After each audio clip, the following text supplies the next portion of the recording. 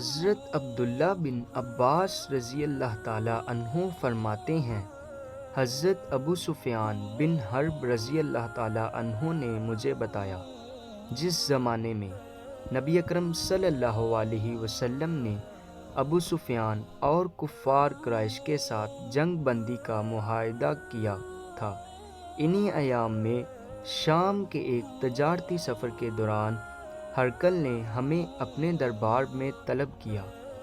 ہرقل ان دنوں ایلیا نامی شہر میں قیام پذیر تھا۔ ہم وہیں اس کے دربار میں حاضر ہوئے۔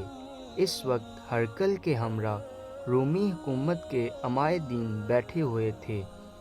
ہرقل نے ہمیں دربار میں حاضری کی اجازت دی اور ایک ترجمان بلوا لیا اور ہم سے دریافت کیا، جن صاحب نے نبوت کا دعویٰ کیا ہے، نسبی اعتبار سے تم میں سے کون ان کے سب سے زیادہ قریب ہے؟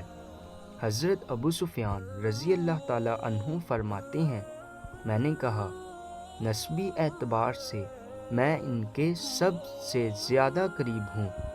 ہرقل نے حکم دیا، اس شخص کو میرے قریب کر دیا جائے اور اس کے ساتھیوں کو اس کے پیچھے بٹھا دیا جائے۔ پھر ہرقل نے اپنے ترجمان سے کہا، اس کے ساتھیوں سے کہو، میں اس شخص سے ان صاحب کے بارے میں سوالات کرنے لگا ہوں جنہوں نے نبوت کا دعویٰ کیا ہے۔ اگر یہ میرے کسی سوال کا جواب غلط تو تم اس کے تکذیب کر دینا۔ ابو سفیان فرماتے ہیں، خدا کی قسم، اگر مجھے اس بات پر شرم محسوس نہ ہوتی کہ میرے ساتھی مجھے کسی بات کو جھٹلا سکتے ہیں تو میں نے نبی اکرم صلی اللہ علیہ وسلم کے بارے میں ضرور وہاں جھوٹ بولتا۔ ہرقل نے مجھ سے سب سے پہلا سوال یہ کیا، ان کا نسب کیسا ہے؟ میں نے جواب دیا، ہمارے اندر وہ عالی نسب شمار کیے جاتے ہیں۔ ہرقل نے دریافت کیا، کیا اس سے پہلے بھی تم میں سے کسی نے یہ بات کہی تھی، یعنی نبوت کا دعویٰ کیا تھا؟ میں نے جواب دیا، نہیں۔ ہرقل نے پوچھا، ان کے پیروکار مالدار ہیں یا غریب لوگ؟ میں نے جواب دیا، غریب لوگ۔ ہرقل نے اگلا سوال کیا، ان کے پیروکار کی تعداد میں اضافہ ہو رہا ہے یا کمی ہو رہی ہے؟ میں نے جواب دیا، ان کی تعداد میں اضافہ ہو رہا ہے۔ ہرقل نے دریافت کیا، ان کے دین میں داخل ہو جانے کے بعد کبھی کسی شخص نے ناپسندیدگی کا اظہار کرتے ہوئے اس دین کو چھوڑا ہے؟ میں نے جواب دیا، نہیں۔ ہرقل نے دریافت کیا، انہوں نے کبھی تمہارے ساتھ وعدہ خلافی کی؟ میں نے جواب دیا، ویسے ہمارا ان کے ساتھ صلح کا معاہدہ چل رہا ہے، لیکن کچھ کہا نہیں جا سکتا آگے چل کے وہ وعدہ خلافی کے مرتکب ہوتے ہیں یا نہیں۔ حضرت ابو سفیان رضی اللہ تعالی عنہ نے حضرت ابن عباس رضی اللہ تعالی عنہ کو بتایا۔ پوری گفتگو کے دوران میں صرف ایک یہی بات کہہ سکا تھا جو خلاف واقعہ تھی۔ ہرقل نے مجھ سے اگلا سوال یہ کیا، کیا تم نے ان کے ساتھ جنگ کی ہے؟ میں نے جواب دیا، جی ہاں۔ ہرقل نے دریافت کیا، پھر ان کے ساتھ تمہاری جنگوں کا کیا نتیجہ نکلا؟ میں نے جواب دیا، برابر برابر، کبھی ان کا پلڑا باری رہا، کبھی ہمارا۔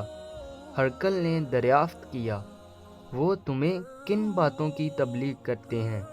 میں نے جواب دیا، وہ کہتے ہیں، صرف ایک خدا کی عبادت کرو، اس کے ساتھ کسی کو شریک نہ ٹھہراؤ، اپنے آباء و اجداد کے کفریہ عقائد کو چھوڑ دو۔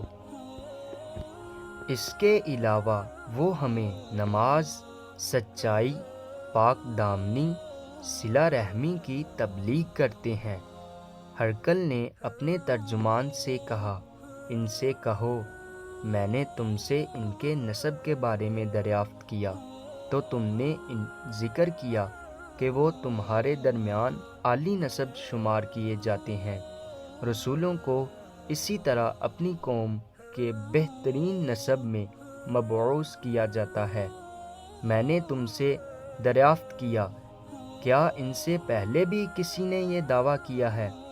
تو تم نے ذکر کیا، نہیں۔ تو میں نے سوچا، اگر ان سے پہلے کسی نے یہ دعویٰ کیا ہوتا تو میں یہ کہہ سکتا تھا کہ ان صاحب نے ایک ایسے دعوے کو اختیار کیا ہے جو ان سے پہلے بھی کیا جا چکا ہے۔ پھر میں نے تم سے دریافت کیا، ان کے آباء و اجداد میں کوئی بادشاہ گزرا ہے؟ تو تم نے جواب دیا، نہیں۔ میں سمجھتا ہوں اگر ان کے آباء و اجداد میں کوئی بادشاہ گزرا ہوتا تو ہم یہ کہہ سکتے تھے کہ وہ اپنے بزرگوں کی سلطنت کے حصول کے خواہش مند ہیں۔ پھر میں نے تم سے پوچھا، ان کے دعویٰ نبوت کرنے سے پہلے تم انہیں جھوٹا سمجھتے تھے؟ تو تم نے اس کا بھی انکار کیا۔ ہم آسانی سے یہ بات سمجھ سکتے ہیں کہ ایک شخص اگر انسانوں کے بارے میں جھوٹ بولنے سے گریز کرتا ہے تو وہ خدا کے بارے میں کیسے جھوٹ بول سکتا ہے؟ پھر میں نے تم سے سوال کیا، ان کے پیروکار صاحب ثروت لوگ ہیں یا غریب لوگ ہیں؟ تو تم نے جواب دیا، ان میں اکثریت غریب لوگوں کی ہے، اور غریب لوگ ہی انبیاء کرام کی پیروی کرتے ہیں۔ پھر میں نے تم سے پوچھا، ان کی تعداد میں اضافہ ہو رہا ہے یا کمی ہو رہی ہے؟ تو تم نے جواب دیا، ان کی تعداد میں اضافہ ہو رہا ہے۔ ایمان کا معاملہ بھی اسی طرح ہے، وہ پورا ہونے تک مسلسل بڑھتا رہتا ہے۔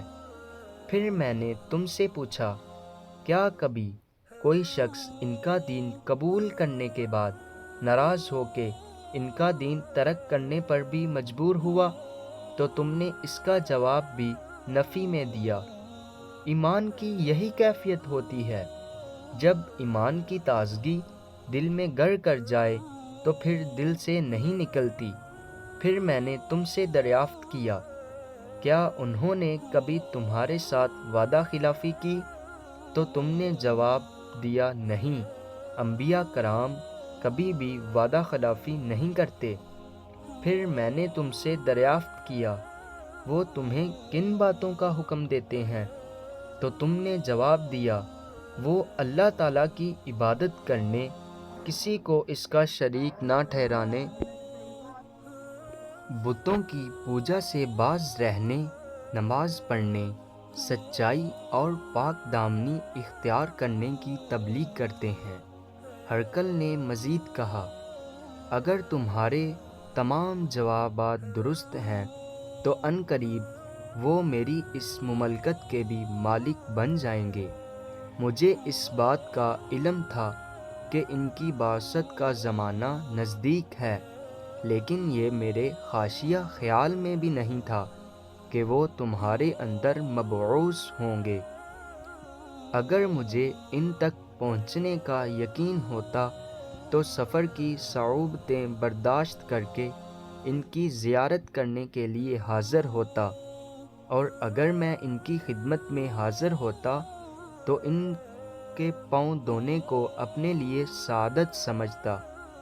ابو سفیان فرماتے ہیں، پھر ہرقل نے نبی اکرم صلی اللہ علیہ وسلم کا وہ مکتوب غرامی منگوایا جو نبی اکرم صلی اللہ علیہ وسلم نے حضرت دحیہ کلبی رضی اللہ تعالی عنہ کو کے ذریعے بصرہ کے گورنر کو بھجوایا تھا، اور بصرہ کے گورنر نے وہ مکتوب غرامی ہرقل کو بھجوا دیا تھا۔ اس خط کو پڑھا گیا۔ اس کا مضمون یہ تھا، اللہ کے نام کے ساتھ آغاز کرتا ہوں جو بڑا مہربان اور نہایت رحم والا ہے۔ یہ خط اللہ تعالیٰ کے بندے اور اس کے رسول محمد صلی اللہ علیہ وسلم کی جانب سے روم کے حاکم ہرکل کے نام تحریر کیا گیا ہے۔ ہدایت کی پیروی کرنے والا ہمیشہ سلامت رہے۔ اما بعد، میں تمہیں اسلام قبول کرنے کی دعوت دیتا ہوں۔ اگر تم اسلام قبول کر لیتے ہو تو سلامت رہو گے اور اللہ تعالیٰ تمہیں دگنا اجر عطا فرمائے گا، لیکن اگر تم اسلام قبول نہیں کرتے تو تمہاری رایا کا گناہ بھی تمہارے ذمے ہوگا، کیونکہ وہ صرف تمہاری پیروی میں اسلام قبول نہیں کرے گی۔ پھر اس کے بعد نبی اکرم صلی اللہ علیہ وسلم کے مکتوب گرامی میں سورہ آل عمران کی وہ آیات تحریر تھیں جن کا ترجمہ درج ذیل ہے۔ اے اہل کتاب، آؤ ایک بات پر اتفاق کریں جو ہمارے اور تمہارے درمیان مشترک ہے، کہ ہم اللہ تعالیٰ کے علاوہ اور کسی بھی عبادت نہیں کرتے اور کسی کو بھی اللہ کا شریک نہیں ٹھہرائیں گے، اور ہم اللہ تعالیٰ کی بجائے اپنوں میں سے کسی کو رب قرار نہیں دیں گے۔ اللہ تعالیٰ فرماتا ہے، اگر پھر بھی وہ نہ مانیں تو ان سے کہہ دو کہ تم گواہ رہنا کہ ہم مسلمان ہیں۔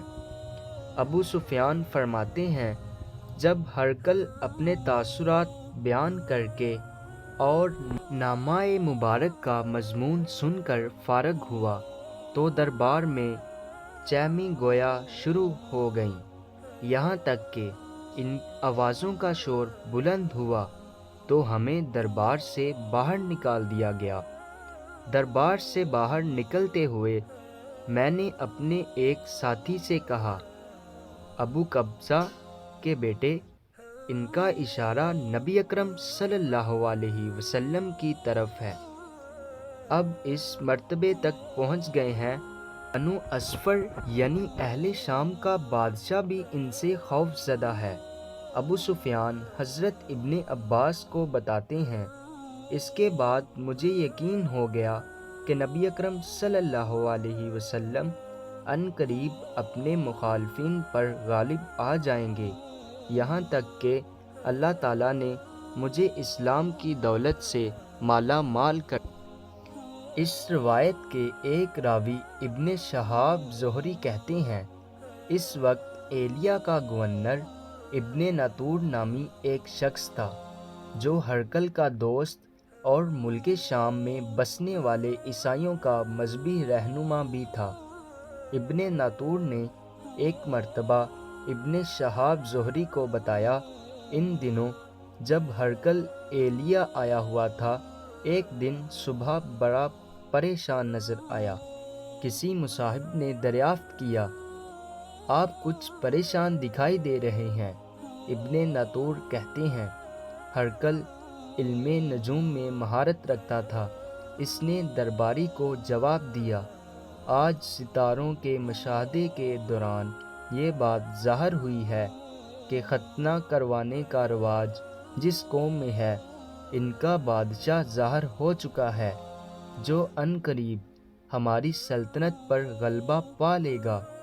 اس بات کی تحقیق کی جائے کہ آج کل کون سی قوم میں ختنہ کروانے کا رواج ہے۔ درباریوں نے جواب دیا، یہ رواج صرف یہودیوں میں ہے اور ان سے خوفزدہ ہونے کی کوئی ضرورت نہیں۔ آپ مملکت کے تمام شہروں میں یہ شاہی فرمان بھجوا دیں کہ وہاں بسنے والے تمام یہودیوں کو تہ طیق کر دیا جائے۔ ابن ناطور کہتے ہیں، انہی ایام میں غسان کے حاکم نے ایک شخص ہرقل کے دربار میں بھیجا جو نبی اکرم صلی اللہ علیہ وسلم کے بارے میں خاصی معلومات رکھتا تھا۔ جب اس نے اپنی معلومات ہرقل کے سامنے بیان کی تو ہرقل نے حکم دیا، جا کے دیکھو یہ شخص ختنہ شدہ ہے یا نہیں۔ پھر ہرقل نے رومیہ نامی شہر میں موجود اپنے ایک دوست کو خط لکھا جو ہرقل کی طرح علم نجوم کا بڑا ماہر تھا۔ اس خط میں نبی اکرم صلی اللہ علیہ وسلم کی بابت دریافت کیا گیا تھا کہ آپ صلی اللہ علیہ وسلم کے بارے میں اس کا علم نجوم کیا کہتا ہے۔ ہرقل خود وہاں سے اپنے پایہ تخت حمص روانہ ہو گیا۔ حمص پہنچنے کے کچھ دن بعد رومیہ کے ماہر نجوم کا جوابی خط موصول ہوا، جس میں اس ماہر نجوم نے ہرقل کی اس رائے سے اتفاق کیا تھا کہ نبی آخر الزماں صلی اللہ علیہ وسلم دنیا میں تشریف لا چکے ہیں اور آپ صلی اللہ علیہ وسلم نبی برحق ہیں۔ ہرقل نے دارالسلطنت کے عمائدین کو اپنے محل میں مدعو کیا اور باہر نکلنے کے تمام دروازے بند کروا دیے۔ پھر اس نے عمائدین سے خطاب کرتے ہوئے انہیں بتایا کہ اے اہل روم، کیا تم کامیابی اور ہدایت حاصل کرنا چاہتے ہو؟ کیا تم چاہتے ہو کہ تمہاری مملکت باقی رہے؟ اگر واقعی ایسا چاہتے ہو تو نبی اکرم صلی اللہ علیہ وسلم کے دست اقدس پر بیعت کر کے اسلام قبول کر لو۔ یہ تجویز سنتے ہی تمام عمائدین وحشی گدھوں کی طرح بدک کر دروازے کی طرف بھاگے جو بند تھے۔ ہرقل نے جب ان کا یہ طرز عمل دیکھا تو وہ سمجھ گیا کہ یہ لوگ کبھی مسلمان نہیں ہوں گے۔ اس نے حکم جاری کیا، سب واپس آ کے اپنی اپنی جگہ پر بیٹھ جائیں۔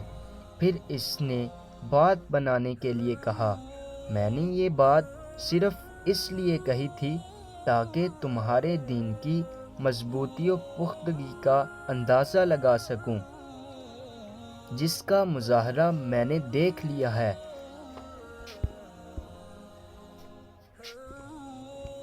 یہ سن کر وہ سب ہرقل کے سامنے سجدہ ریز ہو گئے اور اس امتحان پر خوشی کا اظہار کیا۔